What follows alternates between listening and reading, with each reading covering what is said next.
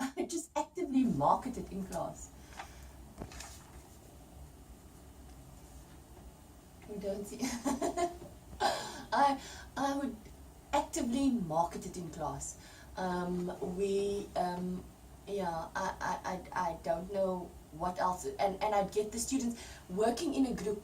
I'd get the students, if I asked them to work in a group, the other group members would encourage, they'd encourage each other, and those that were stronger would help those that were less eager to get involved. I'm going to speak a bit about Fees Must Fall the first time. We were pretty stunned when that happened, and how did you get support is it's difficult. It didn't support me as in give me any resources or time. He basically wanted our students to pass, and I told him, I sold it to him, this is a way for me to get our students to pass, to get our students to be involved and to learn. And so they basically just let me do what I needed to do. And in the department, I've spoken a bit about my experiences. I've assisted some of the lecturers, but I don't think that there's anyone that is quite as active as I am. So that is work in progress. That really is work in progress. And I think we're going to one just needs to continue trying to champion it. So the first time I then started using WhatsApp because there was no other alternative. We needed to communicate quickly. And so that's what we did, in addition to using Blackboard. But having gone through that experience, it just made me feel bolder and more courageous. And I then had my first online exams after the first Fees Must Fall in March of last year, which was also a massive success, and it saved me a lot of time, it saved me a lot of effort, and you build up a library of things that you can use. So the exams that I did last year now serves as homework for the next years, And then 2016's Fees Must Fall was a big one.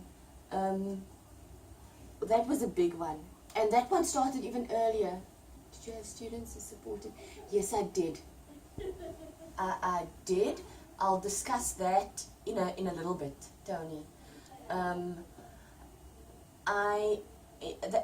The Fees Must Fall in 2016 started earlier than the previous year, and I'd only gotten through 70% of the work, and so it was a matter of pulling out all the stops. And I then started screencasting like nothing I've ever done before. I literally spent most of my time screencasting to prepare these lessons for the students, but I found that Blackboard was not enough. The students didn't have internet. That was the biggest. At CPUT, we aren't the most advanced. The socioeconomic circumstances, data is a problem. It really is a problem. And so to overcome that challenge, I tried Google Drive, but not much more success. And so then we went on to YouTube. I actually posted things on YouTube, and the response that I got from the students working using WhatsApp as a form of communication and YouTube to actually present my lessons, it was amazing. I really got such a positive response from the students. There were students, Tony, that I could actually see they were absent. There were some students that were absent, but as the time got closer to the exam, I was surprised how students then started realizing that there would be impacts for them as well if they didn't write the exam. CPT then decided to actually split the exams.